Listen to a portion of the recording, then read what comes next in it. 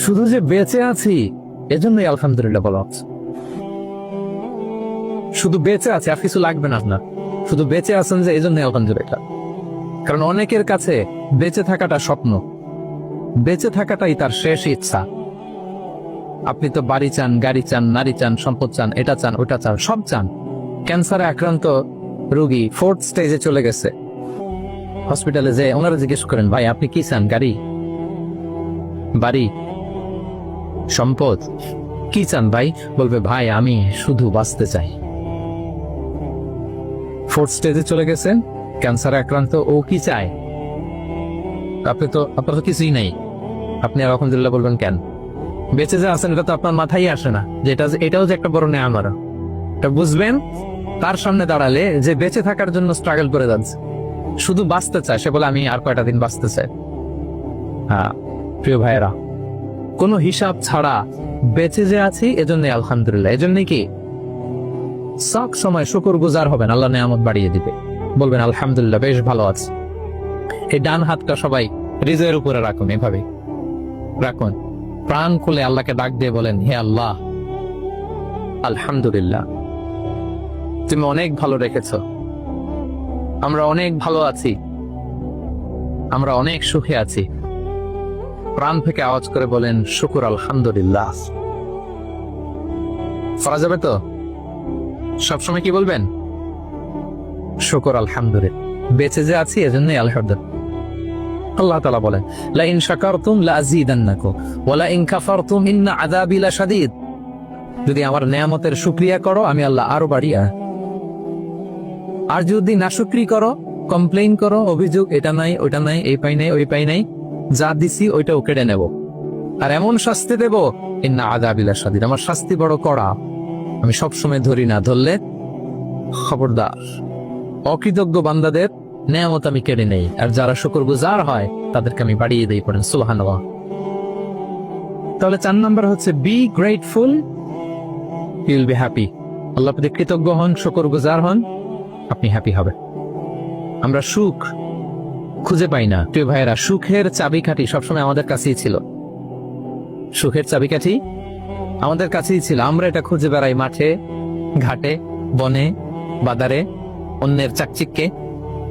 অন্যের চাকচিক্য দেখলে আমরা মনে করি ওটা তো অনেক সুখ, যে কি দুঃখে আছে তার কোনো খবর নাই। অন্যের চাকচিক্য দেখলে মনে করবেন না খুব হ্যাপি, না ওটা নাও হতে পারে। এজন্য সব সময় যে কোনো পরিস্থিতিতে আমরা শুকরগুজার হব। নিজের মাঝেই খুঁজে দেখেন কত কিছু আল্লাহ দিয়েছে। এজন্য আমার যে পাওয়াগুলো, নেয়ামতগুলো আমি পেয়েছি, এজন্য ধন্যবাদ দিব আল্লাহকে, শুকরগুজার হব, সব সময় বলবো আলহামদুলিল্লাহ।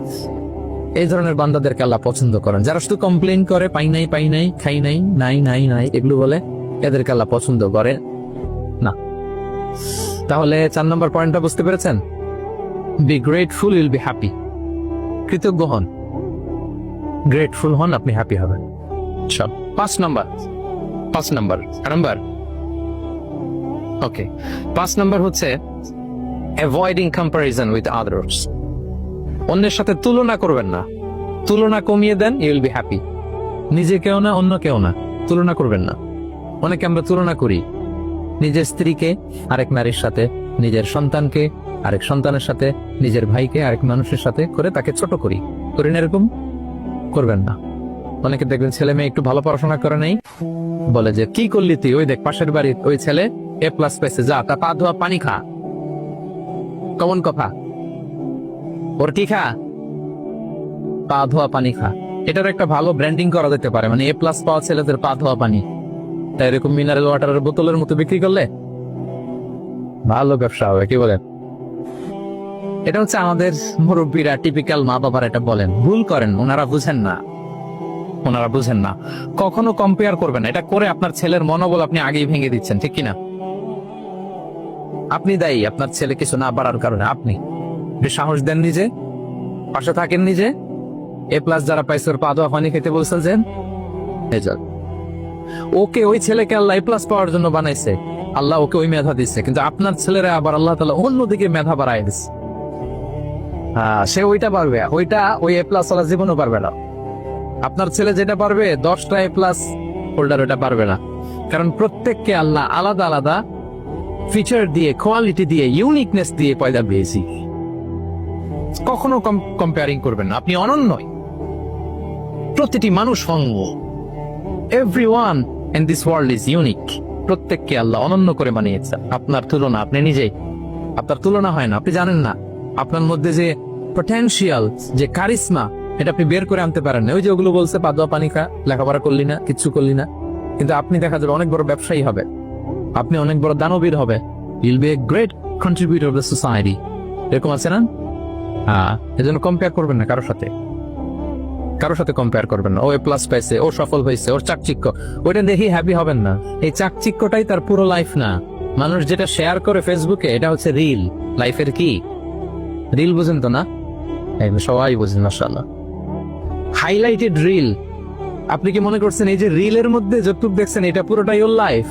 না রে ভাই, ওরও অনেক কষ্ট আছে, হ্যাঁ, ওরও অনেক ব্যর্থতা আছে, ফেলিওর আছে, ওটা ও ঢেকে রাখে, ওটা তো প্রকাশ করে না। দেখবেন আমরা ফেসবুকে ছবি শেয়ার দিলে কি করি? সবচেয়ে ভালো ছবিটা তুজি, হ্যাঁ, হাসি দেওয়া, স্মাইলিং ফেস, স্মার্ট লাগতেছে, সুন্দর পিকচার হয়েছে, এটা দেই। কারণ আমি যে হ্যাপি এটা দেখাইতে চাই আমি সবাই।